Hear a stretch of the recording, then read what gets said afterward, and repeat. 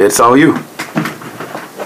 Well, good morning, folks. This is Ken Hovind. It's May 24th, 2015, and I normally travel the world and speak on creation, evolution, dinosaurs, those kind of things, or answer Bible questions, but don't often just get to talk or preach or teach through the Bible or through a book of the Bible. So we started a month ago or so on the book of Matthew, chapter 1, and there's just so much in this inexhaustible book that I would like to just continue slowly as we're able and cover a little bit more. If you're interested, feel free to share with others. The word Bible means library. There are 66 books in our Bible, all inspired by the God of the universe who created everything, written to 40 different men, who most of them didn't know each other. God can write a book like that, not a problem, just like I could dictate a letter through 5 different secretaries. As long as it's one person dictating, it'll be a continuous theme, hopefully. Well, God inspired His Word. Everything in the Old Testament happened before Jesus came, and the New Testament happened after Jesus came. Almost exactly 1/4 of the Bible is the New Testament, and 3/4 is the Old Testament. So we're starting in Matthew chapter 1, which is the first book of the New Testament. The first 4 books, Matthew, Mark, Luke, John, are called the 4 Gospels. They are biographies of our Lord and Savior, Jesus Christ. In Matthew 1, we talked about the genealogy, which has some just amazing things to study in there. We found the first 4 famous females in the New Testament, that they were found faulty, they were forever forgiven, they were fused into the family, they were finally famous, and they found a father at last. A great message there in Matthew chapter 1. And then talks about the birth of Jesus Christ. I want you to look at the very end of Matthew chapter 1, verse 25. It says, Joseph, verse 24, Then Joseph, being raised from sleep, did as the angel of the Lord had bidden him, and took unto him his wife, and knew her not till she had brought forth her firstborn son.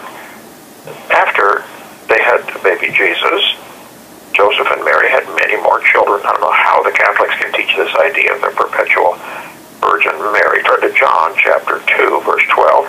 Matthew, Mark, Luke, John chapter 2. In verse number 12, it says, Jesus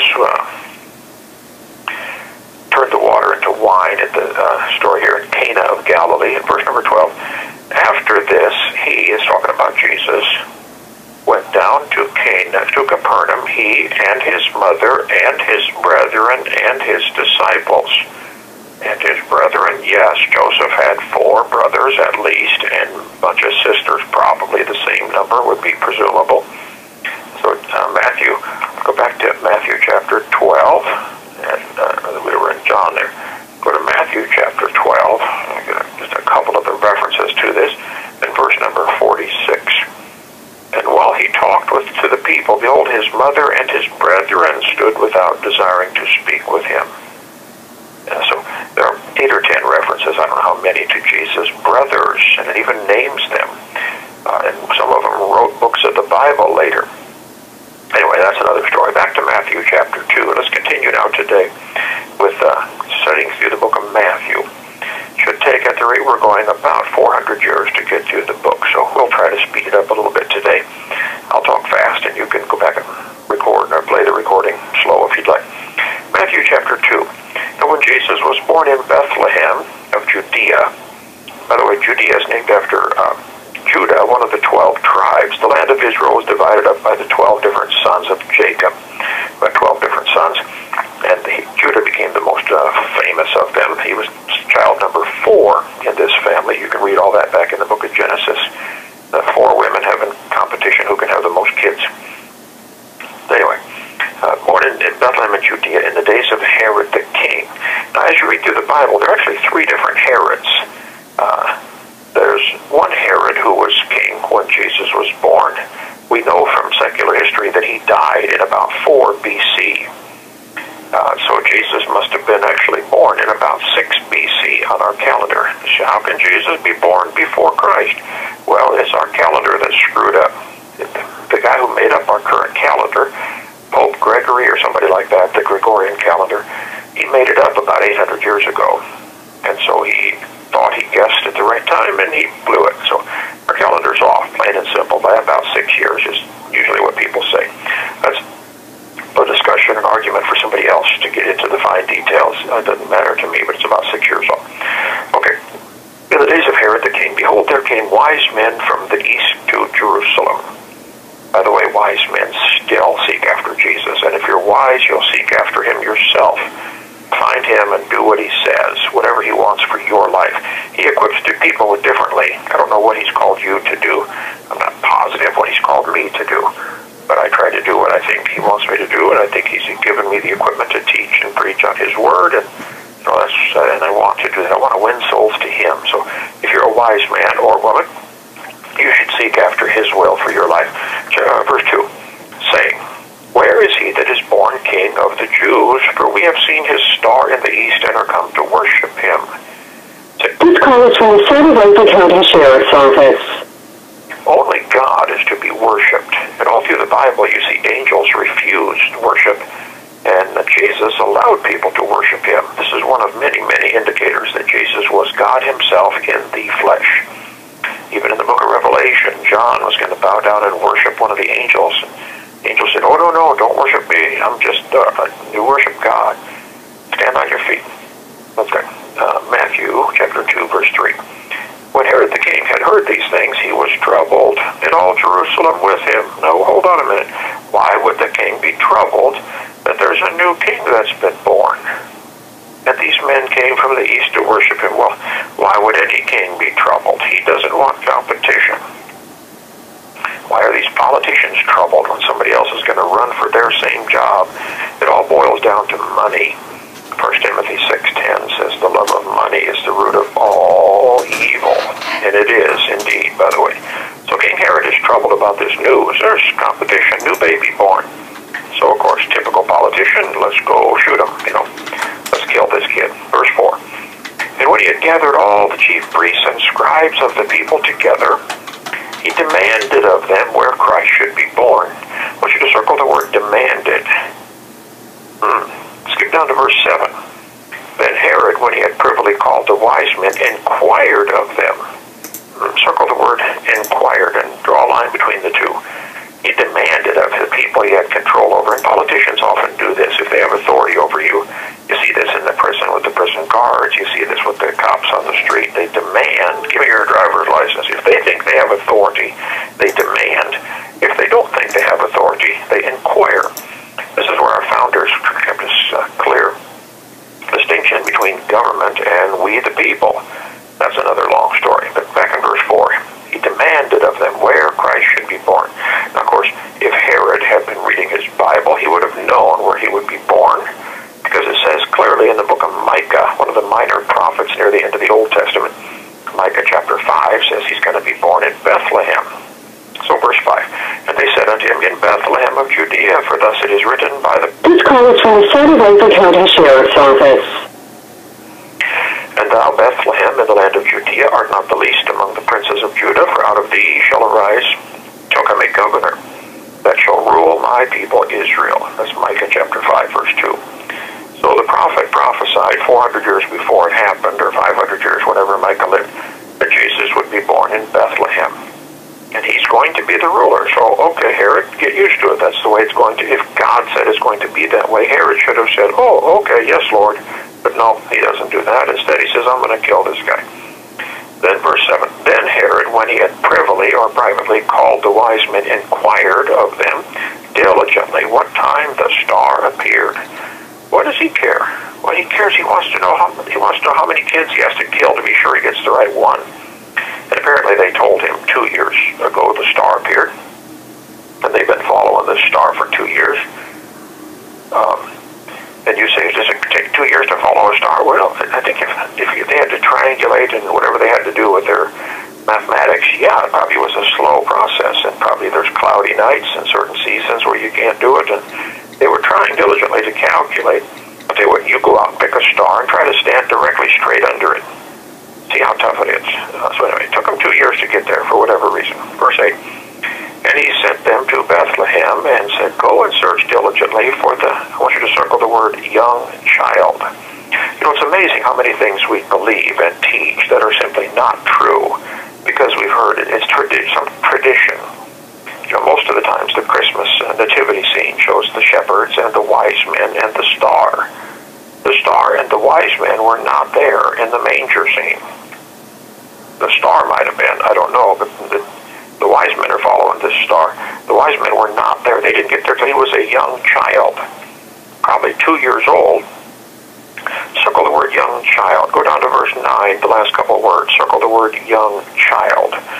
Go up to verse 11. When they were coming to the house, they saw the young child. Circle the word young child. Go down to verse 13, in the middle of the verse. Arise and take the young child. Circle the word young child. Skip down to the end of verse 13. Herod will seek the young child. Circle that. Verse 14. When he arose, he took the young child and his mother. Skip over to, let's see, where's another one here? Verse 20. Saying, arise and take the young child and his mother and go into the land. And the end of verse 20. And they sought the young child's life. Verse 21. And he rose and took the young child. I believe that's 8 times. I think that ought to be enough to get our attention. This is not the baby in the manger. When the wise men came, he's probably a kid, and he's running around in a house. They're not in the manger anymore. Probably a 2-year-old kid running around in the house. We'll get there in a minute. Okay. Anyway, the point would be we're often taught a lot of things the Bible just does not say. Somebody's tradition, like Jesus stumbling beneath carrying the cross. Show me where in the Bible Jesus carrying the cross stumbled and fell. Of course, in the movies they make about it, he stumbles and falls, and somebody comes and helps him, and he looks to Virgin Mary for help, and all this kind of stuff. Catholic tradition. Bunch of baloney. Not according to Scripture anyway. Or show me where the Apostle Paul was knocked off a horse on the road to Damascus. There's no horse in the story. Anyway, back to verse 8. He said, search diligently for the young child, and when you have found him, bring me word again that I may come and worship him also. He's lying through his teeth. He does not want to come and worship him. He wants to kill him. He's jealous of competition. Verse 8, verse 9. When they had heard the king, they departed, and lo, the star, which they saw in the east, went before them till it came and stood over where the young child was. And when they saw the star, they rejoiced with exceeding great joy. And when they were coming to the house, not the cave, not the barn, not the stable, not the manger, the house, they saw the young child with Mary his mother and fell down. Now Mary was his mother, but Joseph was not his father. Some of the new versions have messed that up royally, especially in Luke chapter 2. They call Joseph his father. That is just heresy, actually. Okay. And fell down and worshipped him. And when they'd opened their treasures, they presented unto him gifts. They gave these to the 2-year-old, okay? You have 60 seconds remaining. Gold, frankincense, and myrrh, probably symbolic of the Father, Son, Holy Spirit. Probably these things, I've heard that myrrh is an embalming fluid. Why would they give him that? Well, it's very expensive, so it'd be worth money, and this is probably what Joseph and Mary used for money to be able to afford to move down to Egypt. They were too poor to move back even to their hometown up north, so now they've got money, you'll see in a minute, to move down to Egypt. Verse 12, and being warned of God in a dream. Circle the word dream. Go down to verse 13. Circle the word dream. Go down to verse 19. Circle the word dream. Go down to verse 22. Circle the word dream. Go back to Matthew chapter 1, verse 20. Circle the word dream. God seemed to speak a lot through dreams back in those days. He's warned in a dream not to return to Herod. They departed into their own country another way. Let me call back and finish up here. And recording. Do not use three-way or call waiting features during this call. Thank you for using Global Tel-Link. All right, brother, to continue. Matthew chapter 2, verse 12, being warned of God in a dream. Quite a few times the Bible talks about that they should not return to Herod. Here is God telling them not to do what the king of the country says. Yes, this is God telling them to disobey this stupid retard king. Okay? Don't do what he says. They went to their own country. All through the Bible, we see where people deliberately disobey the authority if it's not their actual authority over them. We see that with Pharaoh telling the midwives to kill all the babies in Exodus chapter 1, and they deliberately disobey. They don't do that. You don't You don't obey an order that was against God's orders. See Samuel doing that, going to anoint King David in, I think, 1 Samuel 16. God tells him to go anoint a new king while there's already a king, King Saul. You see Rahab the harlot deliberately lying to her leaders of her own city in Jericho in the book of Joshua, chapter 2 or 3, wherever it is.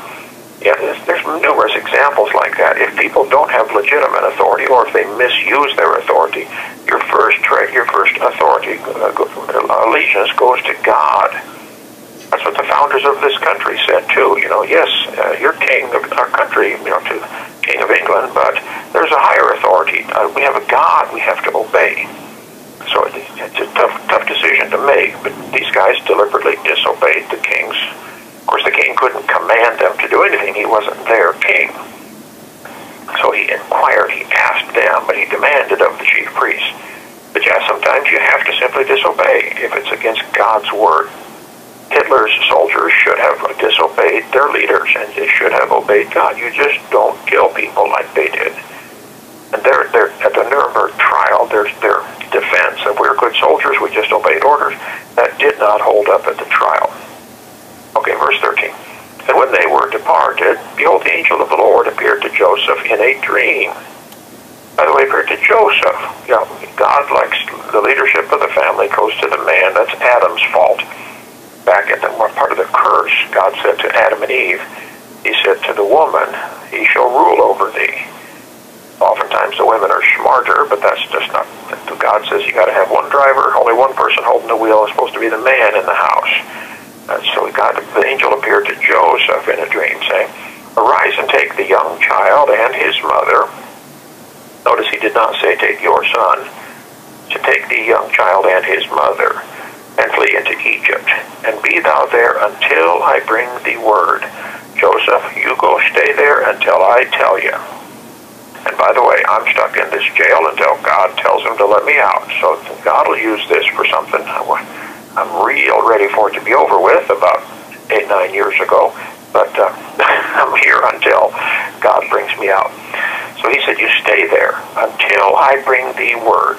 That's the best thing you dads can do. You just say, God, I want you to give me wisdom to be a good leader for my family, and I'm going to stay where you want me, stay where you put me until you lead me clearly. He'll tell you. He let Elijah at the brook. He stayed there for a couple of years, and the ravens fed him, and then the brook dried up, and the Lord said, okay, now go to Zarephath. And he went to Zarephath. And the best thing anybody can do is to seek out God's will continually and do it until he leads you otherwise.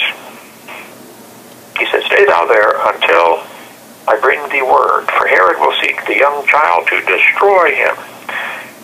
When he arose, he took the young child and his mother by night and departed into Egypt, and was there until the death of Herod, that it might be fulfilled, which was spoken of the Lord by the prophet, saying, out of Egypt have I called my son. This is amazing. This is what's called a double prophecy. The Bible has many of these.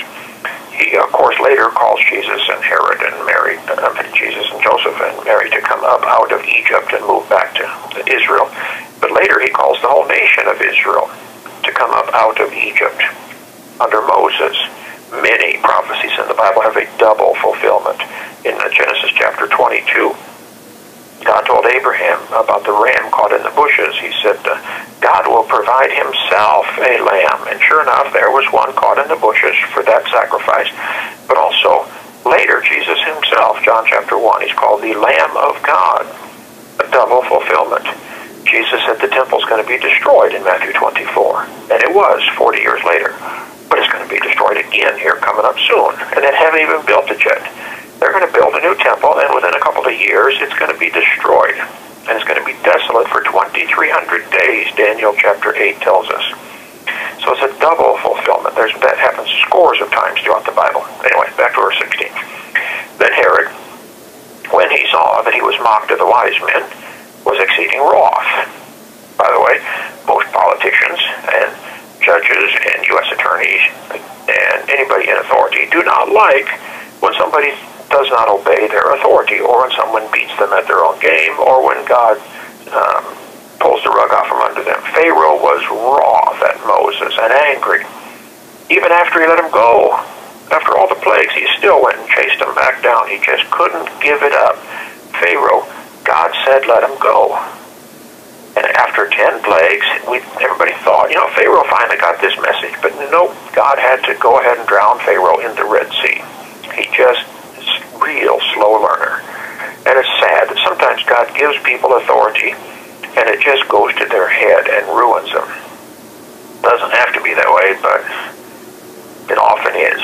It's a sad commentary on human character. Anyway, Herod was wroth and sent forth and slew all the children that were in Bethlehem, and in all the coast thereof, from 2 years old and under, according to the time that he had diligently inquired of the wise men. Now, tradition, this is not scripture, but tradition says he killed 22 babies. That would be quite a slaughter in a small town. The 22 letters in the Hebrew alphabet. So maybe the tradition is just made up, and I don't know where it came from, but that is the tradition. Verse 17. Then was fulfilled that which was spoken by Jeremy the prophet. Notice it says spoken by Jeremy. That's Jeremiah, the prophet. By the way, this is back in Jeremiah 31:15. Sometimes in the Bible it says something was spoken by a prophet. And the skeptics will say, oh, well, you can read through that book and it doesn't say that. And that's true. It doesn't say he wrote it. It says he spoke it. Somebody else wrote it down. Or he spoke it and nobody wrote it down. But this particular one was written down, but there are some that the skeptics love to pick on and say, well, the Bible doesn't record where he wrote that. This call is from the San Jose County Sheriff's Office. You need to read the Bible carefully. It says he spoke it. Anyway, saying, verse 18, in Ramah was there a voice heard, lamentation and weeping and great mourning, Rachel weeping for her children. Rachel, who's that? Well, Rachel was one of Jacob's 4 wives. The only one he really wanted to marry, the first one. But he was such a trickster himself. The name Jacob means trickster. When he got married, his father-in-law gave him the wrong one, the older sister. The one that had tender eyes, which some people think she had some kind of disease in her eyes, made her red and blurry, and who knows. But anyway, he got tricked himself on his own honeymoon. He tricked everybody else all of his life. And by the way, what goes around will come around. We'll see that. Galatians 6:7, whatsoever you sow, that shall you also reap. But Rachel was the mother of Benjamin and Joseph. And the only 2 children she had, she died having Benjamin back in Genesis. And she was buried in Bethlehem. So this city of Bethlehem is considered Rachel's burying place. And also when it says Rachel weeping for her children, this is talking about the city of Bethlehem. And she would not be comforted because they are not. Verse 19. But when Herod was dead, and by the way, everybody's going to die. You are going to die. The people that have come after me in this prosecution, me, everybody, all of us are going to die and stand before God. I want everybody to be ready for that day. It is very important that everybody be prepared for when they die, because you're going to face God. And he says he's got every thought recorded, every action, every word. Matthew 12:34, 5, and 6 talks about every word. You should give account thereof in the day of judgment. I think we should be very careful what we say, what we think, and what we do, because we're going to be judged. Herod died and he was judged. Verse 19, when Herod was dead, behold, the angel of the Lord appeared in a dream to Joseph in Egypt, saying, arise and take the young child and his mother and go into the land of Israel, for they are dead which sought the young child's life. And he arose and took the young child and his mother and came into the land of Israel. But when he heard that Archelaus did reign in Judea in the room of his father Herod, he was afraid to go thither.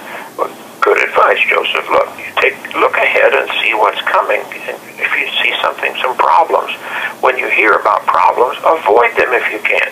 Dads, look ahead for your family and say, whoa, I don't want to live there. This guy's going to cause trouble. Look ahead for your family and say, I don't want to live in that neighborhood. There's a bunch of drug addicts there. They're going to ruin my kids. Look ahead and say, wow, if the economy crashes, this is not going to be a safe place to live. I better get me 5 acres out in the country on a farm. The Chinese were amazed at the Chinese Christians. In a book I read about 1959, after the communists came to power, They were supporting 10 people per acre. They were gardening. Their gardening techniques were so amazing. 1 acre of ground, they fed 10 people for a whole year by rotating their crops and fertilizing. They were just incredibly careful. I don't know, but look ahead, Dad. Okay, it's your job. Bad times are coming on the earth. You better look ahead. Do you want to be where Archelaus is reigning in Judea? Do you want? Who's going to be the leader? Are you in a safe place? Are you raising your kids in a good school? Are you raising them in a good neighborhood? Think ahead. I'm in a room full of men that were gotten in trouble for various reasons. Most of them say it's because of the kids they were hanging out with. Well, don't do that to your kids, okay? Verse 22, but when they heard that Archelaus did reign, he was afraid to go thither, notwithstanding being warned of God in a dream. There's another dream. He turned aside into the parts of Galilee. Galilee is way up north by the Sea of Galilee, about 80 miles up from Jerusalem, I think. So he had to walk quite a ways. And by now, Jesus is probably maybe 4 years old. We don't know how long he was in Egypt. Let's say he's 4 or 5 years old. Verse 23. And he came and dwelt in a city called Nazareth, that it might be fulfilled, which was spoken by the prophet, he shall be called a Nazarene. Now, don't confuse this with Nazarite. Back in the book of Numbers, chapter 6, it says, if you want to take out of a Nazarite... This call is from the San Diego County Sheriff's Office. You don't cut your hair, you don't eat anything from the grape, you don't need to drink grape juice, no wine, all kinds of rules for the Nazarite back in Numbers chapter 6. Jesus was not a Nazarite. He did not have long hair. He was from Nazareth. He was a Nazarene, but not a Nazarite. And how people get that confused, I don't know, but they do.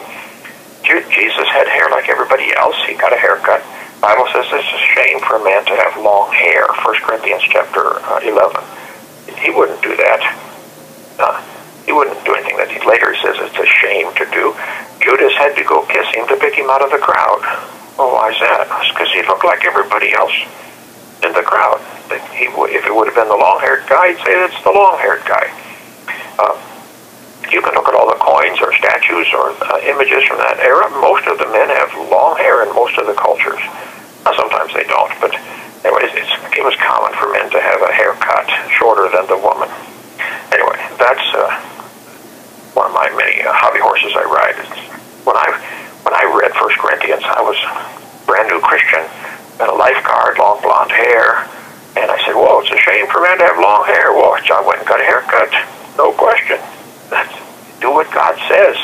Doesn't matter what anybody else thinks. What does God think?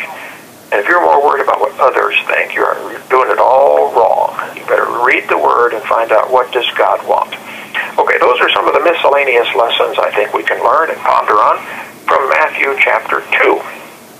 And like I said, at this rate, it's going to take 400 years to cover the Bible, but at least I get to teach on... You have 60 seconds remaining. Even though I love teaching on creation, evolution, and can't wait to add a section on end times, what's coming next, the third leg of the stool in 2 Peter 3. It's really fun just to teach through the Bible. I've been doing that with the guys in here for years and loving it.